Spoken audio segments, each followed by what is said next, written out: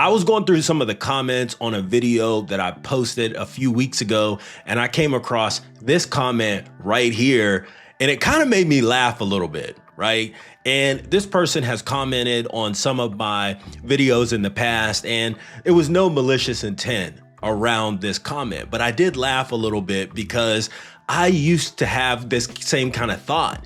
I'd go on to YouTube videos or Facebook videos, whatever it was, and I would see people talking about money and how to invest and how to get to the bag. And I used to always wonder, how can I put myself in a position to where I can actually do some of the things that I see that they're doing online? So in today's video, I'm going to be going through some of the things that I changed throughout the course of my life that allowed me to invest in my Roth 401k, allows me to invest in my health savings account, allows me to invest in a personal brokerage account, which allows me to invest in a portfolio that I started investing right on this channel back in January of 2024.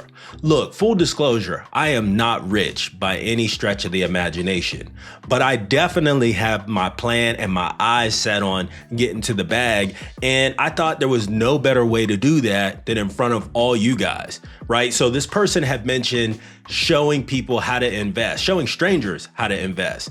Let's knock all that off. We're not strangers anymore. By now, we're family. I see a lot of the comments that you guys leave, and I see a lot of the same people that leave comments. I love you guys. I appreciate all of the feedback and all of your insight, and I'm so glad that there are so many people that have joined this journey along the way. But the very first thing that I had to change in order to be able to put myself in a position to start being able to invest and get to the bag was that I had to make sure that I leveled up in my 9-to-5. I'm not gonna take you through my full career path, but I started college late. I got my undergraduate degree and I got my very first job in the pharmaceutical industry, and I was touching money, real money, for the first time. Now, when I say real money, this was back in like 2005, 2006. I just got my first real job, and real money to me was $40,000 a year. That's about what I was making. But prior to that, I had never seen that kind of income made by anybody in my family. And I thought it was gonna change my entire life, but it didn't, because I was still living paycheck to paycheck and living above my means. So what I wanted to do is I said, I'm making this money now, and I can't really scale back because I'm not making that much. I was young, I had a family at that point in time, so I needed to make more money. So I started investing in myself. See, I'm a contract management person by heart. I negotiate contracts, I negotiate pricing. I've done that for over 20 years. And early on throughout my career, I invested in myself. So what I did is whenever I got paid, I allocated a small amount of money to leveling up myself, right? So I went out, I registered for conferences that allowed me to get certifications. It also allowed me to network with other people that were in the same field as me. And those relationships that I made were extremely valuable. And fast forward 5, 6, 7, 8 years in this same organization, I was able to level up every 1 to 2 years and get promoted, which allowed me to make more money. So the very first thing that you need to do if you want to start being able to have more money to invest and do the things that you want to do, you have to work on elevating your skills so you can earn more money. And you do that by investing in yourself, which is going to give you the largest ROI that you can ever get, regardless of what the investment is. Now, once I invested in myself and tried to maximize the most that I can get out of my 9-to-5, the very next thing that I started to focus on was, okay, I've got this 9-to-5 coming. I need additional income coming in. And I tried everything. I tried an eBay store. Those of you that still remember eBay out there, I think I still use it. I think I used it maybe a year or so ago. And people call me old, whatever. I sold things on Facebook Marketplace. When I first moved to North Carolina, I got my real estate license. I flipped houses down in Georgia with one of my boys that lives down there.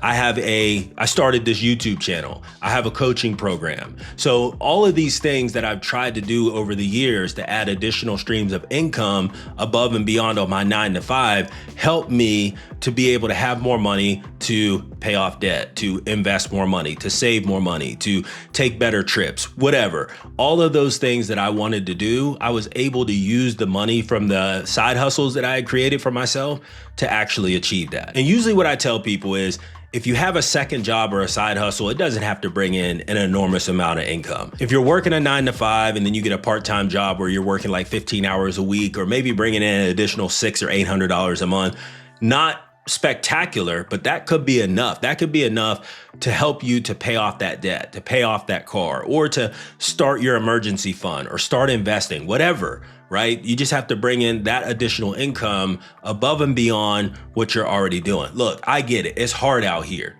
and a lot of people are struggling. But let me tell you something. In this day and age, almost anything that we want is right there at our fingertips with a click of a button. You just have to be willing to go out there and get it. All right, so I leveled up in my job. I got my side hustles going. The very next thing that I did, and this is not necessarily in order, but I'm just giving you things to think about, is setting aside a budget, right? You have to create that. I talk about that all the time on this channel. It's the bedrock of your financial foundation, and 99% of people that don't put one in place never actually succeed. We all think we can do it in our head. We can do the mental math. It never works out. One of the easiest ways to get started with budgeting is implementing a 50-30-20 routine. 50% of your income goes towards your needs. That's your mortgage, that's groceries, that's utilities.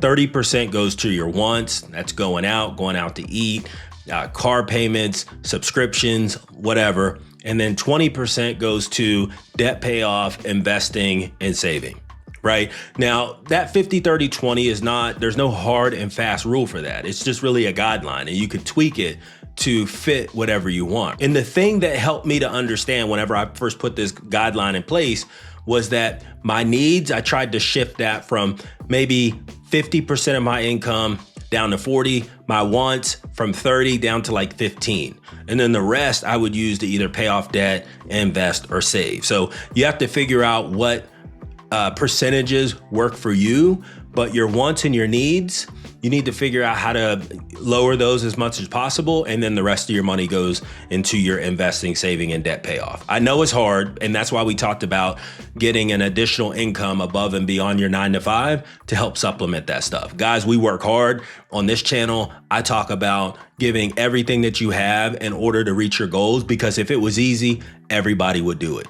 And it's only for a short amount of time. Whenever I was doing all of these things, it was the short-term sacrifice for long-term gains. And I would never take any of the things that I did in the past back, even the failures, because I learned from those too. All right, now that we got our budget tight, right? We know where everything is going. We have to take a look at our relationship with money. And when I used to hear people say that, I used to always wonder, like, what do they mean? Change your relationship. What's your relationship with money? But I can tell you, as I've made more money and I've tried to establish myself more and more, having money meant less to me. I used to think about money as ways to buy things that I wanted, or the things that I thought that I wanted. The way that I look at money now is, how do I use this money to either A, help me secure my financial future, or B, how do I help it to buy me back my time? And buying back time could be something as simple as hiring someone to do your landscaping, hiring someone to come and clean at your house once a month, hiring someone to deliver groceries, because I could spend that time working on my coaching program, creating YouTube videos, or figuring out other ways to bring in additional income, or just spending time with my family, right? My daughter's at an age where she's kind of like, hey, I don't need my parents anymore. So I'm always trying to figure out a way to get in there. But, you know, there's more time for me to do the things that I want to do. And that's important. Doing the things that you want to do, that's not always about money or anything like that. That's important too. And once you figure out like what your relationship with money is and realize that money is a tool and nothing more, it changes your whole outlook on a bunch of different things. It sounds weird, especially when you're struggling and you're trying to get things together. But I promise you, once you get everything together, you'll start looking at money a little bit differently, because you don't have such of a need for it. It hits different whenever you realize that money can be used to improve your life as opposed to buying things, it just hits a little different. The very next thing that we're gonna focus on is how to make our lives easier, and we're gonna do that by implementing automation.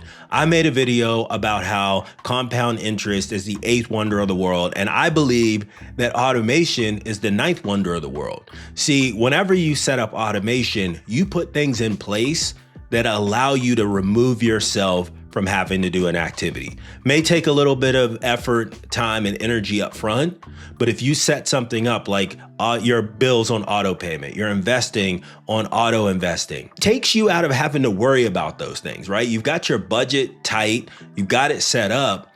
Automation allows you to set up paying your bills and do your investing and do all of the mundane things that you have to do on a monthly basis. And you really don't have to do anything. I think a lot of people overlook how much of a game changer setting up your life on automation is.